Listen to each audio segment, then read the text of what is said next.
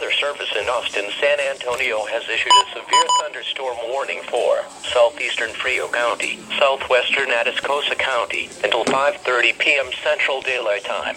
At 4:44 p.m. Central Daylight Time, a severe thunderstorm was located over Charlotte, moving north at 15 miles per hour. Another severe thunderstorm is moving into far southeast Frio County, moving north at 15 miles per hour as well. Hazard, 60 miles per hour wind gusts and quarter-size hail. Source, trained weather spotters. Impact, hail damage to vehicles is expected. Expect wind damage to roofs, siding, entries.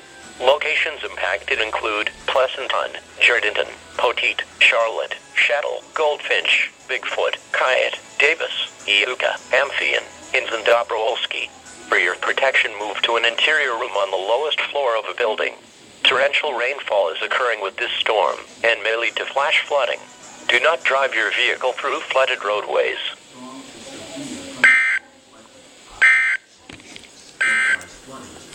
The National Weather Service in Austin